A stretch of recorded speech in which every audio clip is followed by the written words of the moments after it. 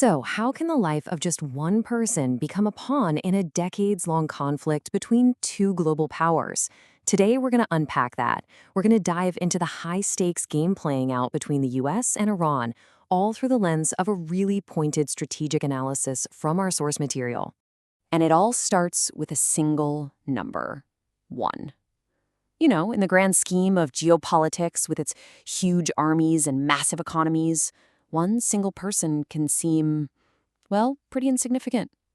But in this story, that one person is like a spark right next to a powder keg. Because we are talking about one life, a life that was, by all accounts, about to be snuffed out by the Iranian regime. But then, suddenly, and very, very publicly, it was spared.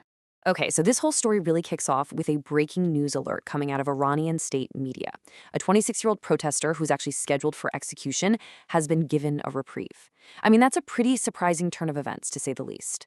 But here is where it gets really interesting. This didn't just happen in a vacuum. It came right after President Trump made this very public statement, claiming that he'd been told the crackdown on protesters in Iran had stopped. So, was that just a coincidence? The source we're looking at today suggests probably not. So, what's the real connection here? Well, according to the special envoy who's featured in our source, this isn't just about one protester's life. No, this is a very calculated move in a much bigger game of diplomacy and deterrence. And just look at the contrast here. It's really stark. On one side, our source shows Iran's foreign minister talking about diplomacy. But on the other side, you've got the U.S. special envoy, Eli Cohen, basically saying, you better get ready for some retaliation. It's the classic olive branch versus the clenched fist. The envoy's message, as it's presented in the source, is crystal clear. This is not just tough talk. He claims President Trump has drawn a red line, a clear point of no return, and, making a direct comparison to the previous administration, he says Trump is not afraid to enforce it. The implication there is that the threat of military action is very, very real. Okay, so let's circle back for a second.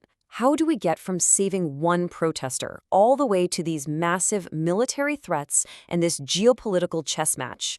It seems like a pretty huge leap, right? Well, the envoy argues that to understand this, you have to zoom out. This isn't just one incident. He sees it as a major turning point in a conflict that's been simmering for nearly half a century. From his perspective, the Iranian regime has been a major problem for U.S. national security ever since it came to power back in 1979. And what's happening right now? He doesn't see it as just another flare-up. He's calling it a historic turning point. And just to give you a sense of the scale he's talking about here, he actually compares the potential collapse of the Iranian regime to the fall of the Berlin Wall. I mean, wow, that is not a small comparison. According to this view, we could be talking about a fundamental redrawing of the entire map of the Middle East. And that brings us to the next piece of the puzzle in the envoy's analysis, the ripple effect. His argument is that putting pressure on Iran isn't just about Iran. It's about creating shockwaves that are felt all across the region. So how does this ripple effect actually work? Well, according to the envoy's logic, it's like a chain reaction. It goes like this. Iran is the main backer of Hamas. So if you squeeze Iran, you weaken the Iranian regime. A weakened Iran can't support Hamas as much, which demoralizes them.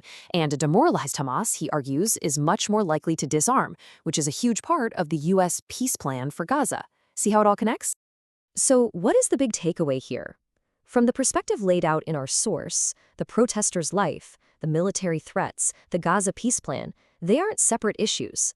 They're all threads woven into the same strategic tapestry. And the envoy's conclusion to all of this?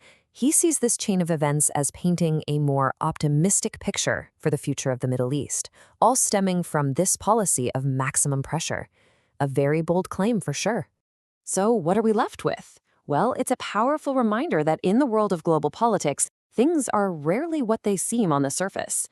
A single headline can be a message, it can be a threat, or it can be a promise. And the fate of one person can be a tiny but crucial piece in a much, much larger game. The real question is, who's playing and what's their next move?